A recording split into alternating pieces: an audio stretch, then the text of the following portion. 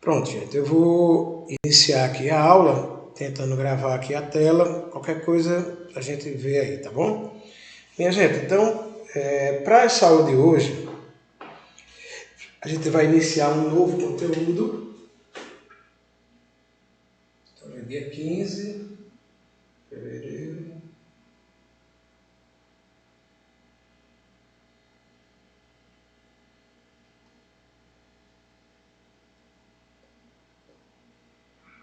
Ó, gente, o conteúdo que a gente vai iniciar hoje é uma introdução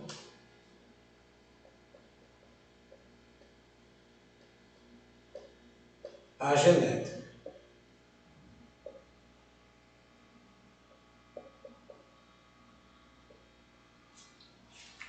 Para a gente maximizar, pessoal, o nosso trabalho, a partir dessa semana, eu vou dar uma aula um pouco maior, certo?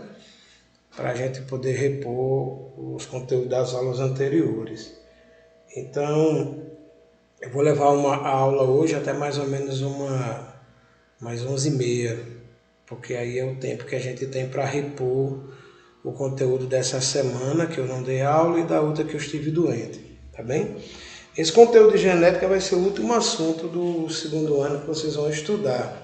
E ele vai finalizar aí o conteúdo de biologia, né? Já que para vocês aí do segundo ano de mineração, o conteúdo de biologia é visto só no primeiro e no segundo ano, na primeira e na segunda série, tá bem? Então, pessoal, a gente vai iniciar agora com esse conteúdo de genética e eu vou começar aqui com vocês falando um pouco sobre o conceito de genética.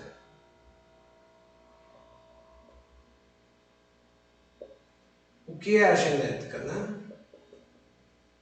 Bom, gente, a genética, assim como a bioquímica, a citologia e as outras áreas, né, da biologia, botânica, zoologia, são áreas de estudo da biologia.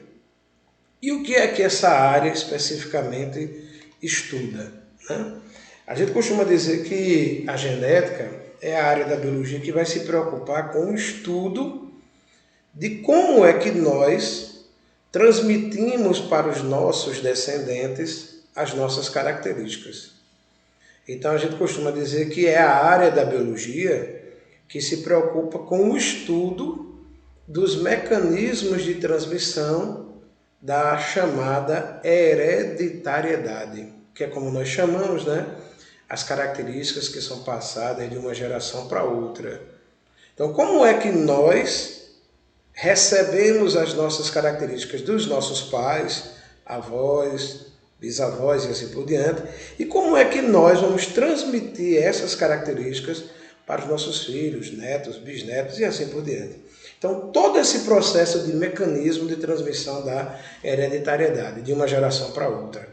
Tá bom? Então, a gente diz que a genética, né, é a área da biologia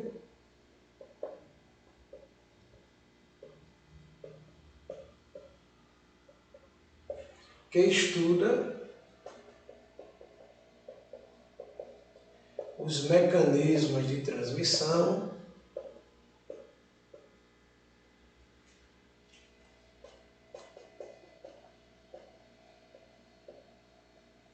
da chamada, né, hereditariedade. Eu vou aqui destacar em vermelho essa palavra porque ela é bem importante, né, da hereditariedade. Ou seja, como é que nós vamos transmitir as nossas características de uma geração para outra? Como foi que nós recebemos nossas características dos nossos pais? Como é que nós vamos passar essas características para os nossos filhos? Então seria basicamente isso, né, o objeto de estudo da genética. Essa área da biologia que estuda os mecanismos de transmissão da hereditariedade. Tá bem? Agora, gente, pessoal, para estudarmos genética, para a gente estudar essa área da biologia, é preciso que a gente saiba, que a gente conheça alguns termos, algumas expressões que serão muito utilizadas no estudo da genética. Então, termos usuais em genética. termos usuais de genética, gente, são conceitos, são expressões que a partir de agora a gente precisa conhecer uma a uma. A gente precisa conhecer cada uma delas para que a gente possa compreender, né, todo o processo, todo o mecanismo de transmissão. Então é como se a genética ela tivesse uma linguagem própria, um dicionário próprio de termos que devem ser aprendidos nessa nossa primeira aula. Eu diria que essa primeira aula da gente sobre genética ela é a mais importante de todo o curso de genética, já que ela que vai nos dar toda a base para compreender, né, como é que se dá essa transmissão das nossas características, tá certo? O primeiro conceito, gente, e talvez aí o mais importante dos conceitos, e é o que vai gerar todos os outros conceitos, é o conceito de gene, que é o termo em português, né? Gene, que é o termo em inglês, ou system. Então você pode chamar de gene, ou system. Então tudo são sinônimos, certo? É muito usado o termo gene, né? O que vem a ser um gene? Minha gente, a nossa molécula de DNA é a molécula que contém, né, armazenada a informação genética dos seres vivos. Imagine, gente, que nessa molécula de DNA, um pedacinho dela, um trecho dela, um segmento dela, vai determinar uma característica do nosso corpo. Um exemplo, a cor dos nossos olhos, a cor dos nossos cabelos, a cor da nossa pele, o nosso tipo sanguíneo, a nossa altura, né? Uma determinada anomalia que uma pessoa possa ter, vamos supor, albinismo, né? Que é a falta de pigmentação na pele, ou até mesmo uma anomalia da visão, como a miopia, a hipermetropia. Tudo isso são características genéticas. Então imagine que um segmento, um pedaço, um trecho de uma molécula de DNA, ela contenha uma informação para uma determinada característica nossa. Esse trecho, esse segmento, esse pedaço da molécula de DNA que contém essa informação genética para uma determinada característica é o gene. Então a gente define o gene como sendo isso, né? Um segmento da molécula de DNA, um segmento da molécula de DNA que contém uma informação genética. E essa informação genética, minha gente, na realidade, é uma informação genética para uma determinada característica nossa. Não uma característica qualquer que nós temos, né? Cor da pele, cor dos olhos, cor do cabelo, altura, tipo sanguíneo. Uma certa anomalia genética aí que vocês imaginarem aí, né? Que existirem aí, tá certo? Então tudo isso, gente, são trechos que nós vamos chamar de gene. Então cada gene será, portanto, responsável por uma característica do indivíduo. Tá certo? Então esse é o nosso primeiro conceito, o gene, né? Agora a gente vê só.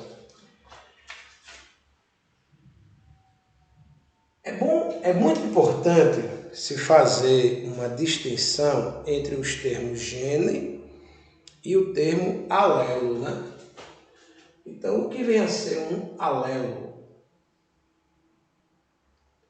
Olha, pessoal, um alelo, ele, na realidade, ele é definido como sendo cada uma das formas de expressão de um gene.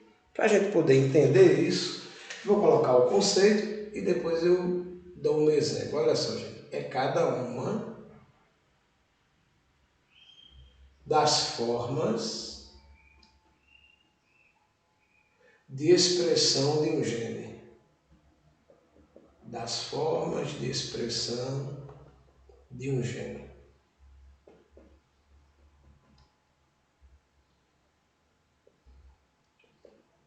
E aí, pessoal, para a gente representar um gene, já que ele é um pedacinho, né, um trecho, um segmento de uma molécula de DNA, para a gente representá-lo, a gente costuma utilizar letras do nosso alfabeto.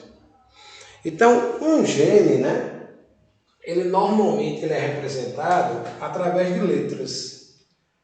E dessas letrinhas que vão aparecer, na realidade, são a representação do gene. Claro que na molécula de DNA não vai estar a letra em si, né? Mas aquele segmento será representado através de uma letra. É por isso que às vezes a gente utiliza, né, letras maiúsculas, minúsculas, a gente vai entender depois essa nota, né, de como usar maiúscula, minúscula, mas a princípio, cada trechozinho desse, cada segmento desse, cada gene vai ser representado por uma letra. Aí a gente diz que um alelo é cada uma das formas de expressão de um gene. Então vamos imaginar o seguinte, pessoal. Existe um gene, né, que eu acabei de dizer a vocês, é um segmento de uma molécula de DNA, e esse gene, pessoal, ele vai determinar, vamos supor, a produção de uma substância que eu vou chamar aqui de insulina. Não sei se você já ouviu falar, mas a insulina é uma proteína, né, que na realidade é um hormônio que tem natureza proteica, né, e que está diretamente relacionado ao controle da glicose do nosso sangue. Existem pessoas que nascem com um defeito na produção dessa insulina. Por sinal, defeito esse que é causado, gente, por uma mutação, né? E aí esse defeito, gente, faz com que a pessoa, por não produzir insulina, ou produzir pouca insulina, ou então uma insulina de má qualidade, ela não vai conseguir controlar os níveis de glicose no sangue. É o que a gente chama de glicemia, né? E aí o que é que acontece? Ocorre um aumento da taxa de glicose no sangue. Esse aumento na taxa de glicose no sangue, gente, causa uma anomalia genética chamada de diabetes. Daí, vê só, gente. O gene que determina a produção de insulina, ele tem duas formas. Ele tem uma forma ativa e tem uma forma inativa. A forma ativa, gente, se a pessoa tiver o gene na sua forma ativa, ele terá glicemia normal. Mas se ele tiver a forma inativa, ele será diabético. Então eu vou dizer o seguinte, minha gente, preste bem atenção agora ao que eu vou dizer. O gene é para produção de insulina. Existe a condição ativa desse gene, normal, e a condição inativa desse gene. Quem tem a forma inativa desse gene não vai produzir insulina, portanto, vai ser o quê? Diabético. Aí eu vou dizer que essas formas ativa e inativa desse gene, minha gente, são os alelos. Aí eu digo assim, vê só, o gene para a produção de insulina possui dois alelos. Um alelo que determina a condição normal e um alelo que determina a condição albino, ou melhor, diabético, né, perdão, que determina a produção, a condição, né, determina a condição diabética. Então, existe o alelo para a condição normal e o alelo para a condição diabética. Um tem a forma ativa desse gene, né, o outro tem a forma inativa. Cada uma dessas formas ativa e inativa é um alelo.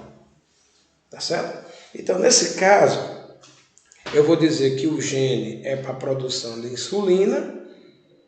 Quem tiver a forma ativa será normal, quem tiver a forma inativa, diabético. Como é que eu chamo cada uma dessas formas? Normal e diabético, ativa e inativa. Eu vou chamar de alelos do gene. Então, eu vou dizer que o gene para insulina possui dois alelos. Um alelo para normal e um alelo para diabético. O alelo normal, gente, como o próprio nome sugere, é aquele alelo das pessoas que não vão ter deficiência na produção de insulina. E o alelo diabético é aqueles que tiveram a deficiência de insulina, né? Nesse caso, um alelo, gente, ele pode ser de dois tipos. Ele pode ser um alelo dominante Ou então, gente, um alelo ele pode ser recessivo. Vamos ver qual é a diferença de um alelo dominante para um alelo recessivo. Acho que todo mundo já ouviu falar, né? Olha, essa condição aqui é dominante, essa aqui é recessiva.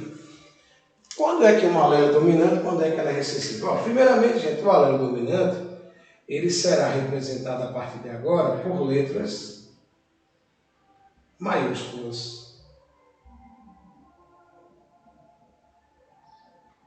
E o alelo recessivo por letras minúsculas. Como a gente representa um gene, né, pessoal, por letras, cada alelo desse gene vai ser representado dessa forma aí, né? O dominante por letra maiúscula, o recessivo por letra minúscula. Clívia perguntou aqui, tem a possibilidade de menos eu, comendo muito doce ou não, seja diabético, que meu corpo produza muita insulina? Uma pergunta muito boa, Clívia, que você fez aí. Existem na prática, pessoal, dois tipos de diabetes. O diabetes tipo 1, que é são aquelas pessoas, tá certo? Que já nascem sem produzir insulina. E que desde o nascimento, ou já no início da infância, já começa a se perceber esse fato nessa criança, e aí a criança já nasce dependendo da insulina desde a mais tenra idade, a mais, vamos dizer assim, a mais inicial idade. Então, esse diabetes que se manifesta no início da infância e que faz com que a pessoa já seja dependente de insulina, é chamado de diabetes tipo 1. Independentemente, pessoal, da pessoa comer muito açúcar, ingerir muito doce, né, como você colocou aí, Clívia, ou pouco, a criança com diabetes tipo 1 ela vai depender de insulina, porque ela não produz nada de insulina, produz zero insulina. Esse é o diabético tipo 1. O diabético tipo Hein, 2, professor? pois não. Licença. Mas, além de crianças, pode ser, tipo, jovem também, né? Tipo, Sim, pode. É como eu disse aqui, mais no início da idade. Agora sim, normalmente acontece o seguinte, viu? Foi quem perguntou, foi Gabriela, não foi? sim. Gabriela, a criança já trouxe isso. Mas vamos imaginar, tá certo? Que não é costume da família, por seu hábito alimentar, consumir muito açúcar. Então, muitas vezes a criança é diabética desde o nascimento, mas ela só vai começar a perceber a criança diabética quando a criança ela dorme muito, tem uma sede muito excessiva, urina bastante, às vezes perde peso muito rapidamente. Aí, muitas vezes, quando a criança começa a apresentar esses sintomas, já leva essa criança ao médico e no primeiro teste de glicose já se identifica ela como diabética. Só que isso pode acontecer cedo. Vamos supor, 1 ano de idade, 2 anos de idade, 8 anos de idade, 10 anos de idade. Mas esse tipo de diabetes que se manifesta na infância, ela é o diabetes tipo 1. Mas, às vezes, Gabriela, a percepção da família de que a criança é diabética ou não, acontece quando ela começa a ter esses sintomas. Ou quando ela faz o primeiro exame de sangue para testar a glicemia. Mas ela se manifesta na infância. Tá certo? Entendeu aí? Agora, muitas vezes, pelo hábito alimentar da criança, não se percebe isso. Mas aí é caso de crianças, muitas vezes, com 1 ano, 2 anos, que você já começa a perceber que a criança tem alguma alteração na urina, Interessante. na sede excessiva. Agora, o diabetes tipo 2, normalmente, ele se manifesta aos 30 anos de idade, a partir dos 30 anos de idade. Que são casos de pessoas que, por conta de um mau hábito alimentar, né, elas eram portadores da diabetes tipo 2. O que é o diabetes tipo 2? É aquele que produz pouca insulina, já o diabetes tipo 1 é zero. O diabetes tipo 2 ele produz pouca insulina, ou ele produz uma quantidade de insulina normal, só que a insulina dele é de má qualidade. É como se eu estivesse produzindo uma substância no meu corpo, numa quantidade boa, mas que ela não servisse para nada. Esse tipo de diabetes, ele costuma se manifestar após os 30 anos. Tá certo? Após os 30 anos. E ele tem a ver, Clívia, com a má alimentação. Então essa história de dizer assim, fulano comeu tanto doce que ficou diabético, não é bem assim. Se ele tem predisposição genética a ter o diabetes tipo 2, realmente se ele comer de forma desregrada doce, ele vai ter diabetes. Mas tem casos de pessoas aí que comeram e comem doce de forma desregrada e nunca vão ter diabetes, porque não tem predisposição genética. Então tanto diabetes tipo 1 quanto 2 são genéticos. O 1 se manifesta na infância, o 2 se manifesta após os 30 anos de idade, por aí, por volta dos 30 anos de idade. O 1, normalmente ele é dependente de insulina desde o nascimento ou desde a mais jovem idade. E o tipo 2, ele pode ser dependente ou não de insulina, vai depender da sua dieta, da sua alimentação. Tá certo assim? Beleza? Então, vê lá. Eu usei o exemplo de diabetes porque fatalmente a gente tem alguém na família ou conhece alguém que tem essa anomalia.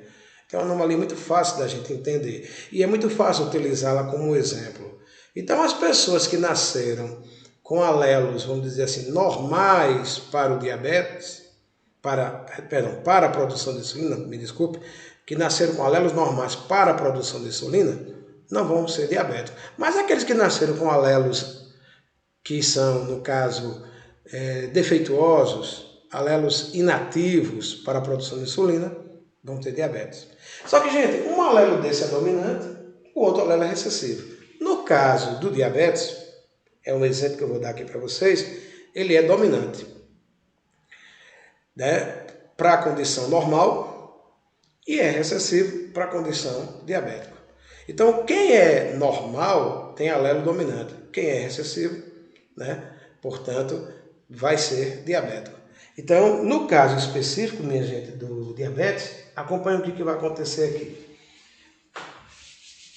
Para a gente poder entender o que é um alelo dominante e o que é um alelo recessivo, né? Então, pessoal, eu vou dar mais uma vez o exemplo. Mais um exemplo, só que eu vou mudar aqui o exemplo, tá certo? Vou mudar o exemplo só para vocês terem a oportunidade de conhecer várias situações, várias anomalias, até para poder exemplificar bem, tá certo? Então, vem lá. Eu vou dar aqui como exemplo, gente, um gene e determina a produção de uma substância chamada melanina. Acho que vocês já ouviram falar, a melanina é um pigmento que dá a cor da nossa pele, né? Então, o gene é para a produção de melanina.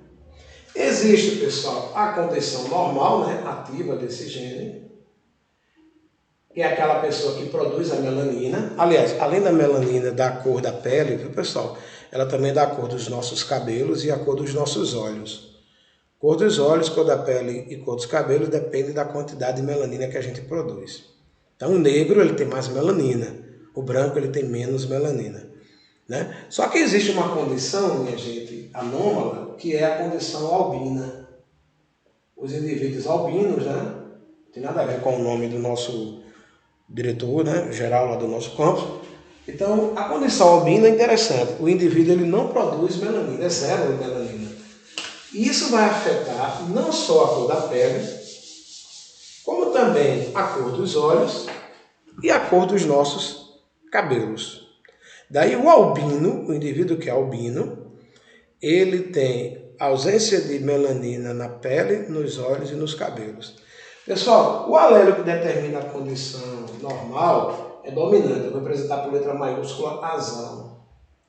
E o que determina a condição albina é recessivo, eu vou apresentar por azinho. O indivíduo que tem a condição normal, gente, possui, portanto, um alelo dominante e o albino um alelo recessivo. Só que o alelo dominante, gente, ele tem duas maneiras de se expressar. Para uma pessoa normal, ela pode ser azão, ou então azão, já que o alelo dominante, ele se manifesta sobre o recessivo. O alelo dominante, ele, como o nome sugere, né, ele domina o recessivo. Já o alelo recessivo, gente, ele só pode se expressar estando ele em dupla, assim, ó. Para uma pessoa ser albina, ele precisa ter os dois alelos recessivos. Para um indivíduo ser normal, ele pode ser normal com os dois dominantes, ó, ou então com um dominante e um recessivo, já que esse alelo impede a manifestação desse. Daí a gente dizer o seguinte, minha gente, que um alelo ele é dominante, ó, o alelo dominante que é representado por letra maiúscula, né, como eu disse ali a vocês, é aquele que se expressa, vê só, em dose dupla, azão, azão, como em dose simples, né, azão, azinho. Em outras palavras, um alelo dominante ele vai sempre se expressar, independentemente do outro alelo, se é azão ou se é azinho, né? Então a gente diz que o alelo dominante ele expressa-se tanto em dose dupla, expressa-se tanto em dose dupla. Aí eu vou colocar assim, dose dupla, para você lembrar depois, ó. A dose dupla seria o azão, azão, quanto em dose simples.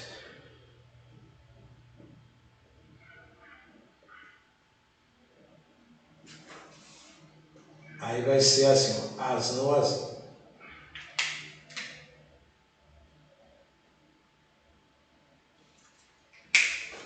Então, se o indivíduo for dominante, minha gente, ele pode ser de duas maneiras, né? O alelo dominante ele vai se expressar no indivíduo se ele tiver em forma dupla, ou então, gente, de forma simples. Um alelo desse, gente, você recebeu do seu pai e o outro você recebeu de sua mãe. Aí é preciso a gente ver, saber quem é quem aqui. Mas um veio do pai, outro veio da mãe. Um veio do pai, outro veio da mãe. Esse pode ter sido do pai, esse da mãe, ou o contrário, né? Mas uma coisa é certa, gente. O indivíduo dominante, ele vai ter o alelo dominante em dose dupla ou em dose simples. Já o alelo recessivo, gente. O alelo recessivo, ele vai se expressar, né? Olha, expressa-se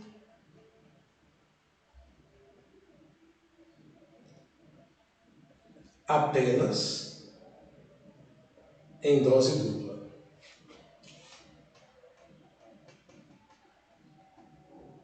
Nesse caso, a representação aí seria azinho, azinho. Então, nesse caso aqui, gente, um alelo, quando eu digo assim que uma determinada condição é dominante ou recessivo, a gente já imagina como é que nós vamos representar. Só que, gente, deixa eu só colocar aqui uma coisa muito importante para vocês a partir de agora. Nem toda anomalia, minha gente, é recessiva, tá certo? Existem casos de anomalias que são dominantes. Não sei se alguém aqui já ouviu falar, mas existe uma anomalia, minha gente, que é a anomalia da visão, tá certo? Chamada de hipermetropia. A miopia, que é aquela visão que dificulta você enxergar de longe, né? A miopia é recessiva, mas a hipermetropia é dominante, né? Tem uma outra anomalia, não sei se alguém também aqui já ouviu falar, chamada polidactilia, que é quando a pessoa tem, ao invés de 5 dedos nas mãos e nos pés, ela tem um sexto, um sétimo, um oitavo dedo, um décimo dedo, vai depender aí do nível de polidactilia, nas mãos e nos pés. São pessoas com dedos, como a gente costuma dizer, extranuméricos. Dedos extranuméricos, né? Significa dizer que são dedos a mais nas mãos e nos pés. A polidactilia é determinada por alelo dominante. Então, a primeira coisa que eu queria que vocês entendessem na cabeça, as anomalias nem sempre são recessivas, tá certo? Existem casos de anomalias dominantes. A maioria é recessiva, a maioria, mas existem alguns exemplos de anomalia dominante. Aí alguém vai dizer, mas eu tenho que decorar quais são as dominantes, quais são as recessivas? Não. As questões sobre o assunto, gente, elas vão informar isso para vocês, de uma forma direta ou indireta. De uma forma ou outra ele vai dizer, tal anomalia é dominante, tal anomalia é recessiva. Mas aí é preciso só que vocês entendam que nem sempre a condição anomalia é recessiva. Legal? Agora, gente, eu falei aqui em dose dupla, dose simples, né? Qual o nome que a gente dá para essas doses duplas e doses simples? A gente chama de indivíduo homozigoto,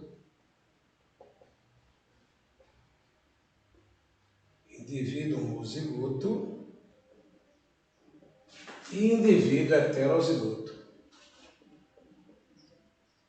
Quando é que um indivíduo é homozigoto, quando é que ele é heterozigoto.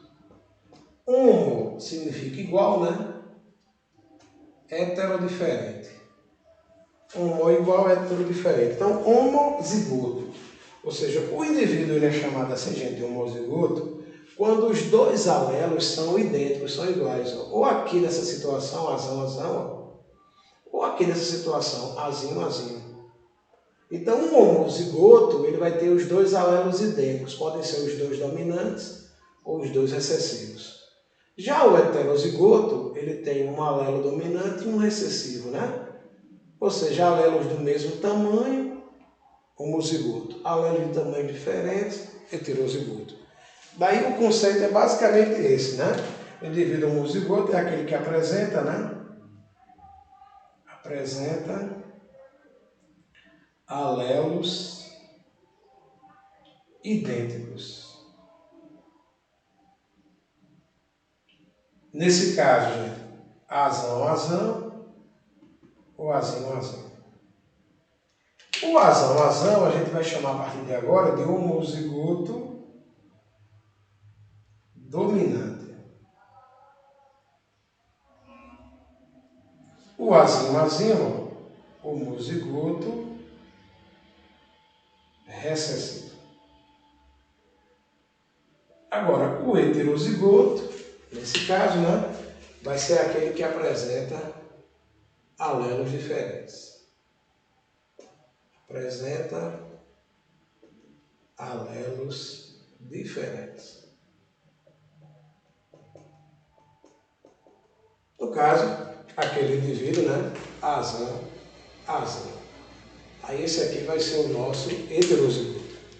Aí veja que quando você diz assim, homozigoto, é preciso dizer se é dominante ou se é recessivo. Agora, quando você diz heterozigoto, já está subentendido que é assim, né? Azão, azinho. Então, quando a gente diz assim que um alelo é dominante, é porque ele pode se expressar no homozigoto dominante ou no heterozigoto. Já o alelo recessivo é aquele que só se expressa no homozigoto recessivo.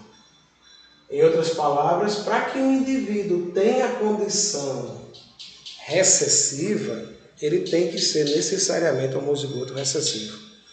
Mas para que ele manifeste a condição dominante, ele pode ser homozigoto dominante ou heterozigoto. Tá certo? Então, a partir de agora, homozigoto e heterozigoto é o nome que a gente dá para essa dose dupla ou para essa dose simples, né, dos alelos. Tá certo? Então, gente, esse seria aí o conceito de indivíduo homozigoto e indivíduo heterozigoto. Agora a gente vê só uma coisa. Um próximo conceito muito importante, que esse daí talvez seja um dos mais importantes conceitos também dentro do estudo da genética, é o conceito de genótipo. Aliás, minha gente, existem dois conceitos que muita gente confunde, tá certo? Genótipo e fenótipo.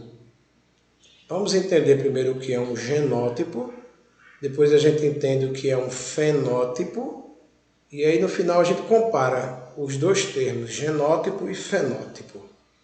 Genótipo, minha gente, para começar aqui a conversa, né?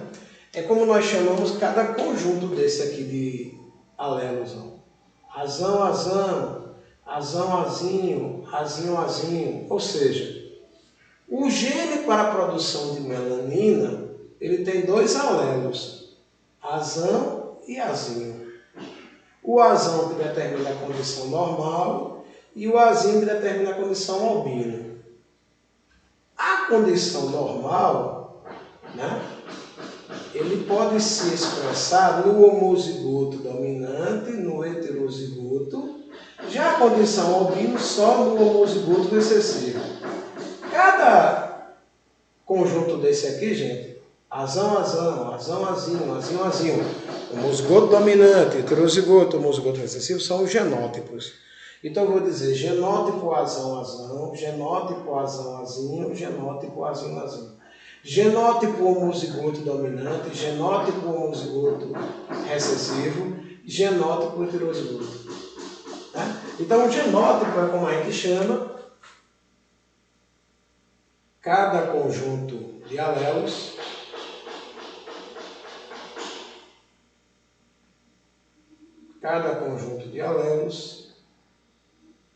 para uma determinada característica.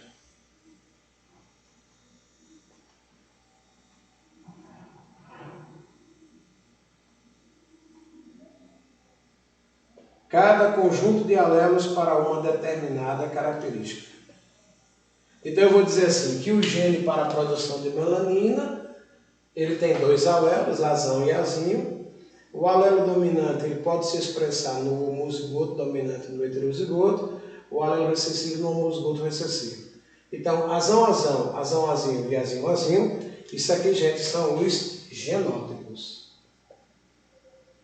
Os genótipos que existem, né?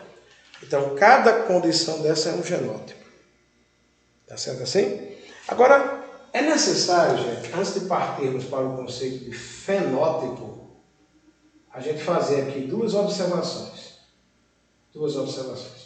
Primeiramente, gente, o genótipo não pode ser visualizado. Eu não posso ver o genótipo de uma pessoa, né?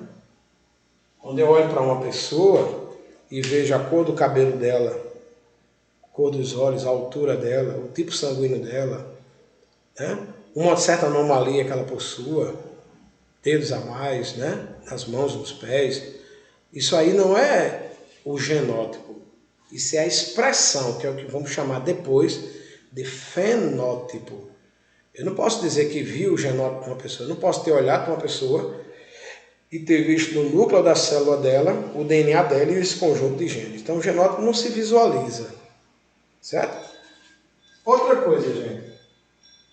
O genótipo dificilmente é alterado.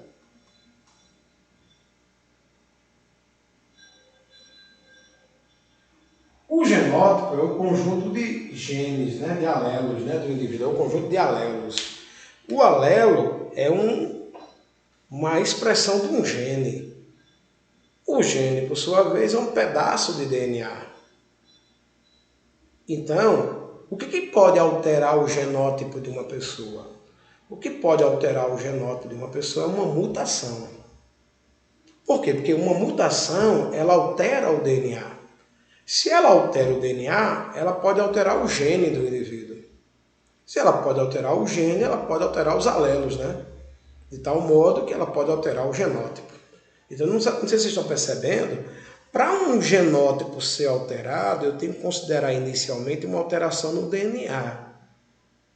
E o que é que provoca alteração no DNA? Qual o mecanismo capaz de alterar o DNA de uma espécie? A mutação. Portanto, minha gente, um genótipo dificilmente é alterado, porque o que pode levar à alteração do genótipo, né, é um caso de mutação. Então, as mutações são os únicos fatores que podem alterar o genótipo do indivíduo. Mas a mutação é um fenômeno que se dá de forma aleatória, ao acaso, né, espontâneo isso. Como é um fenômeno ao acaso, aleatório, espontâneo, vamos dizer assim, e esse é o único fator que pode alterar o genótipo do indivíduo, dificilmente o genótipo lhe é alterado. Tá certo? Então o genótipo seria esse conjunto de genes.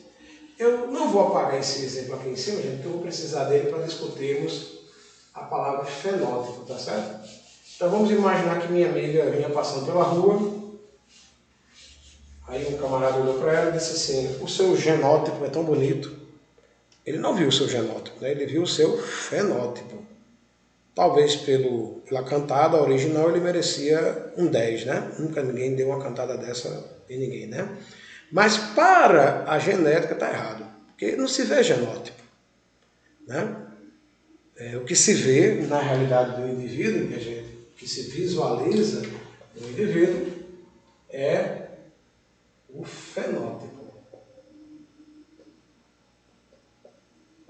Aí o que seria o fenótipo? Gente, Eu vou dizer que cada conjunto desse aqui, ó, é um genótipo. Então, genótipo azão, azão, genótipo azão, azinho, genótipo azão, azinho.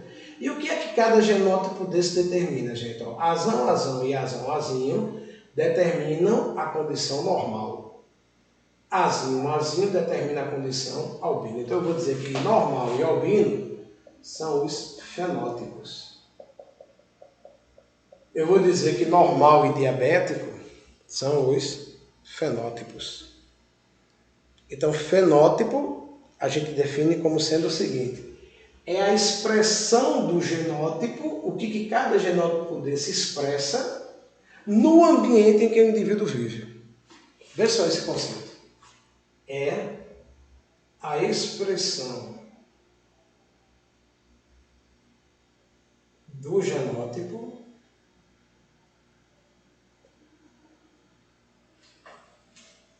no ambiente. Como é que aquele genótipo vai se expressar no ambiente em que o indivíduo vive?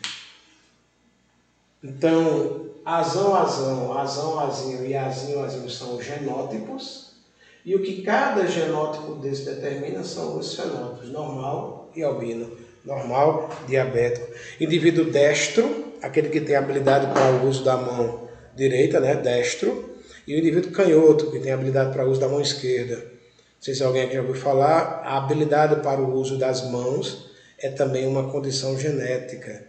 Aí alguém pode dizer assim, professor, mas eu conheço casos de pessoas que são ambidestras, que escrevem com as duas mãos. Pode acontecer isso. Mas normalmente, gente, são pessoas que nasceram, vamos supor, canhotas e acabaram sendo forçadas na infância a escrever com a mão direita.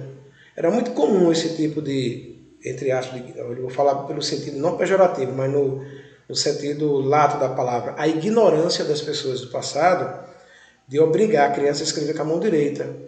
Quando ela começava a escrever com a mão esquerda, aí dizia assim, não é com essa mão que se escreve, não é. A mão que a criança pega num lápis, numa caneta para escrever, é a mão que ela tem instintivamente a habilidade.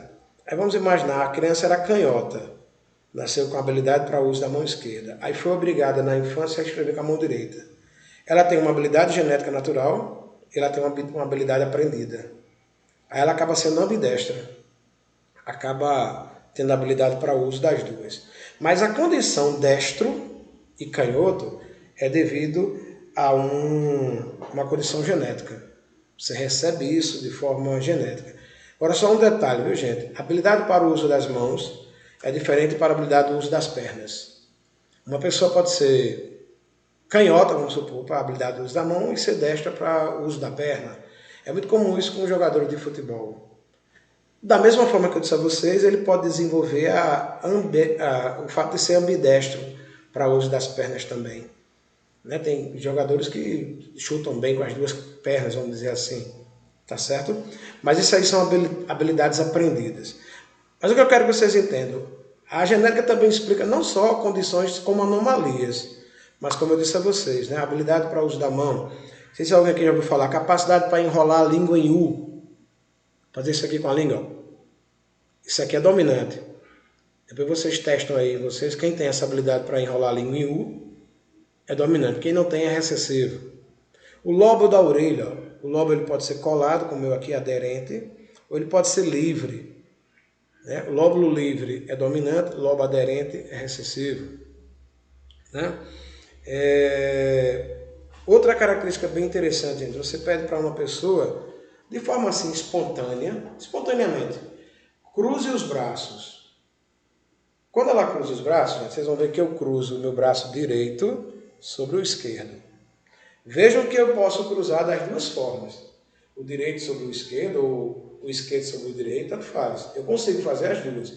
Mas quando você pede para espontaneamente a pessoa fazer isso, certo? Quem cruza o direito sobre o esquerdo é dominante. Quem cruza o esquerdo sobre o direito é recessivo. Isso é uma condição curiosa, tá certo? Você manda a pessoa fazer isso aqui com a mão, ó. Meu dedo direito, polegar direito, está sobre o polegar esquerdo. Tem gente que ao cruzar a mão faz isso, ó, o esquerdo sobre o direito.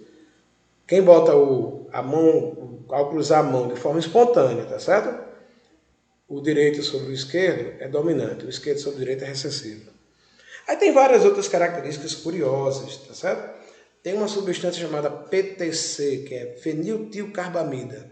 A feniltilcarbamida, ela tem um gosto amargo, mas só quem consegue perceber esse gosto amargo são as pessoas dominantes. Quem é recessivo, se você coloca uma gota na língua dela, ela vai dizer, não, é água. Se você coloca uma gota da PTC, da feniltilcarbamida, nas que são sensíveis, você vai ver que eles sentem o gosto amargo do PTC. Aí são dominantes. Aí esse teste que é feito com PTC, gente, é só para demonstrar para a gente que o paladar é condicionado geneticamente. Sentir o gosto agradável ou não de uma substância é condição genética. Por isso que tem pessoas que têm um gosto diferente do outro. Daí aquela velha máxima, né? Que gosto realmente não se discute. Tá certo? Porque você imagina, minha gente, eu pego 10 alimentos e chamo duas pessoas e mando elas provarem esses 10 alimentos. Pelo menos um desses alimentos, alguém vai sentir um gosto agradável e outros não. Por isso que tem gente que gosta de uma coisa e tem gente que não gosta.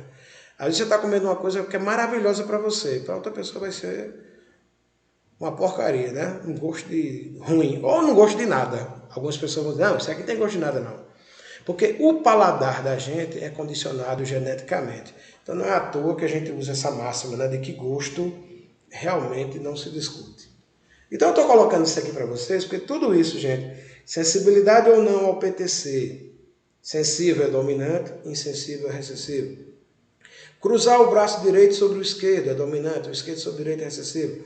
Polegar com as mãos juntas, direito sobre o esquerdo é dominante, esquerdo sobre o direito é recessivo. Lobo da orelha, aderente é recessivo, solto, né, ou livre, como a gente chama, é dominante. E tantas outras características genéticas. O indivíduo que é destro, habilidade para usar a mão direita, canhoto, a mão esquerda, tudo isso são condições genéticas. Então vocês imaginam a infinidade de genes que existem no nosso corpo, determinando todas essas nossas características. Tá certo? Então a gente vai ver que tudo isso são características genéticas. E quando eu digo assim, a expressão do genótipo no ambiente, eu falei sobre isso aqui para que vocês percebessem um detalhe. Eu pergunto a vocês, genótipo não se visualiza, e fenótipo? Fenótipo é o que a gente vê, né? Normalmente vê. É aquilo que a gente vê numa pessoa. Então, quando a minha amiga estava passando pela rua e o cara disse, o seu fenótipo é muito bonito, aí sim, fenótipo está correto. Porque o que ele está vendo ali é a expressão do genótipo da pessoa.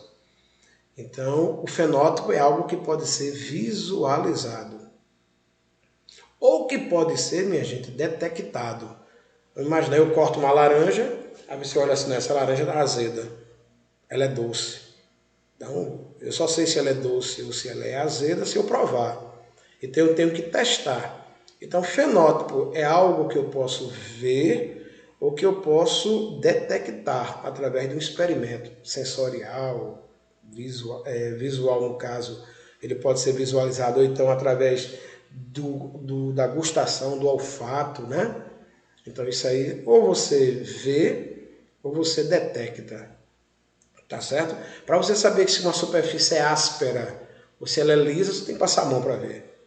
Eita, ela é áspera, ela é lisa. Então, ou você vê ou você detecta. Tá certo? Então, genótipo não pode ser visto, mas fenótipo é aquilo que pode ser visto ou detectável. E eu pergunto a vocês, genótipo dificilmente é alterado, mas o fenótipo ele pode ser alterado? Será que a gente pode fazer alguma coisa para alterar o fenótipo de uma pessoa? A pessoa nasceu com cabelo castanho, aí pinta o cabelo aí de uma outra cor, né? Então esse tingimento do cabelo é um exemplo de alteração de fenótipo, né? Uma plástica para modificar o formato do nariz, da boca, um preenchimento labial que se faz muito hoje, né? Para aumentar a espessura do lábio, né? Para ficar com a bocona, né? Com o lábiozão cheio, né? Então isso tudo são alterações de fenótipo. Então enquanto o genótipo não pode ser alterado, o fenótipo pode, né? E aí, gente, é nessa ideia que a gente costuma dizer assim, que o fenótipo do indivíduo, a gente costuma resumir assim, é igual ao genótipo do indivíduo mais o ambiente. levando a entender, né, que o fenótipo pode ser alterado pela ação do ambiente. Agora, um conceito muito importante, gente, também, é o conceito de fenocópia.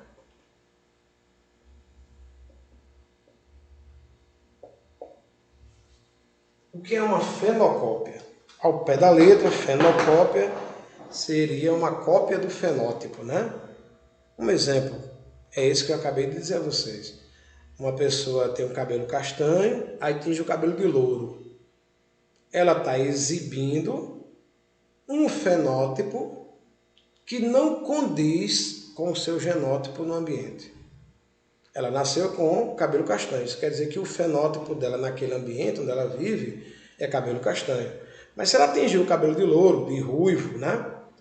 A essa pessoa está exibindo uma fenocópia, porque ela está exibindo um fenótipo que não condiz com o seu genótipo no ambiente. Tá certo? Então, gente, é quando ocorre, pessoal, olha, quando o indivíduo, a expressão, né? Quando o indivíduo exibe, né? A exibição de um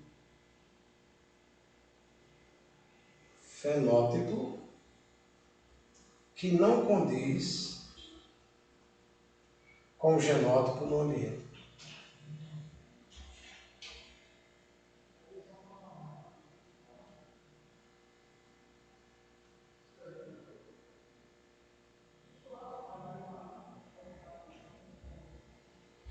Então a gente diz assim, que o indivíduo é como eu coloquei aqui para vocês, né? Uma pessoa, vamos supor, de pele clara, faz um bronzeamento artificial e fica com a pele bem morena, bem escura, né? Ela está exibindo uma fenocópia.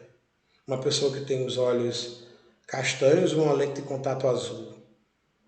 Então ela vai estar exibindo uma fenocópia, porque ela está exibindo um fenótipo da qual ela não tem um genótipo no ambiente, né? Então isso seria uma fenocópia. Como o próprio nome já diz, é a cópia de um fenótipo. Tá certo?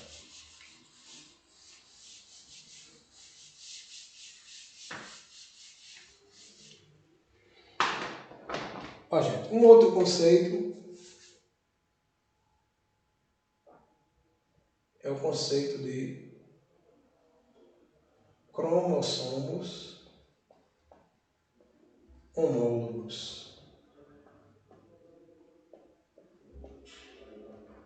Ó, gente, no núcleo de uma célula nós vamos ter os cromossomos, que são, na realidade, a molécula de DNA toda enrolada, toda enovelada, né? E é ali dentro que vão estar os genes, tá certo? E aí, cromossomos são chamados assim de homólogos quando eles apresentam a mesma forma,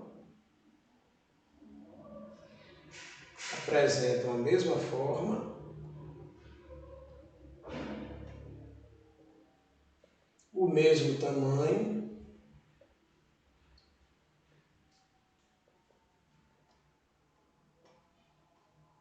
e a mesma sequência de genes. Mesma forma, mesmo tamanho e a mesma sequência de genes. Então vamos imaginar, pessoal, que dentro do núcleo de uma célula ele tem esses dois cromossomos aqui que eu vou representar assim, ó.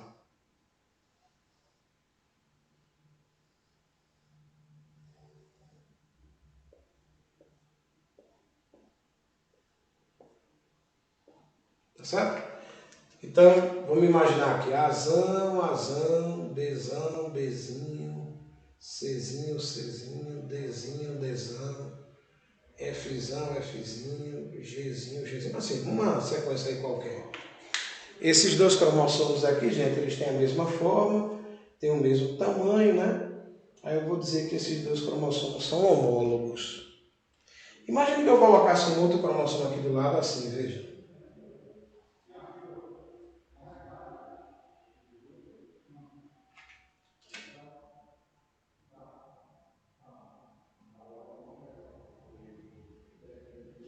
Não sei se vocês estão percebendo, como eles não têm a mesma sequência de genes, né?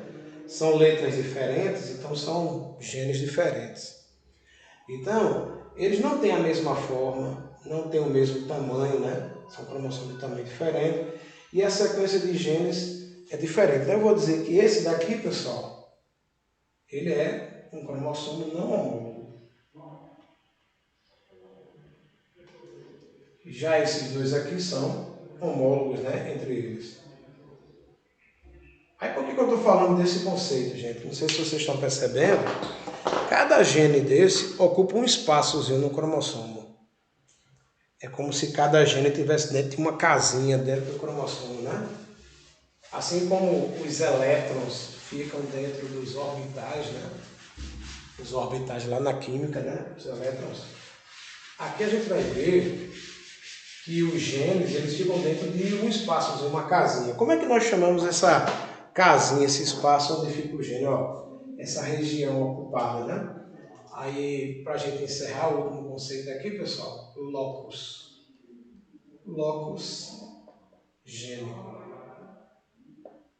Locus é o nome que a gente dá para cada casinha dessa aqui, ó.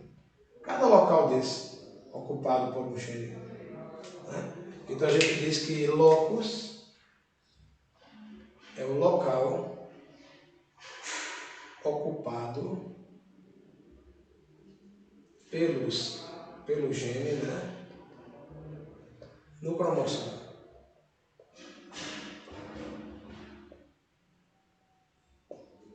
Tá certo? Então eu digo assim, ó.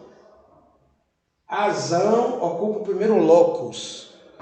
Bzão o segundo locus. Czinho o terceiro locus. Dzinho o quarto locus. Quinto locus o Fzão. O sexto locus do Gzinho, entendeu? Então cada local desse, cada posição desse é um locus.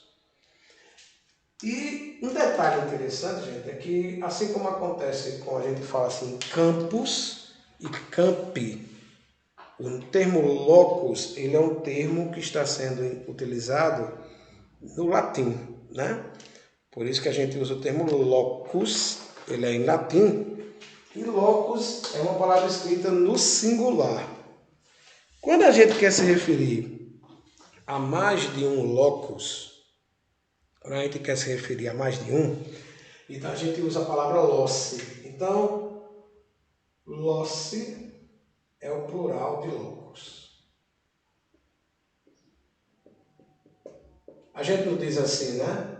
O IFPB, ele é formado por vários campi. Aí tem o campus de Campina Grande, o campus de João Pessoa, o campus de Patos, o campus de Capitão. Cada um é um campus singular. O conjunto desses campus forma o campi. Então, são vários campi. Daí, a mesma coisa, locus, né? Seria o singular, o plural, loci. Então, eu digo assim, que nesse cromossomo aqui eu tenho 6 loci gênicos. O locus azão, o locus bezão, né? Cada um seria, portanto, um locus. Tá certo? Gente, eu programei essa aula para que ela terminasse até 11h30, né? Porque eu achava que ia demorar até lá e a participação de vocês a gente ia ter essa ideia. Mas eu programei essa introdução até esse último conceito aí. Próxima aula nossa a gente começa falando sobre a primeira lei de Mendel.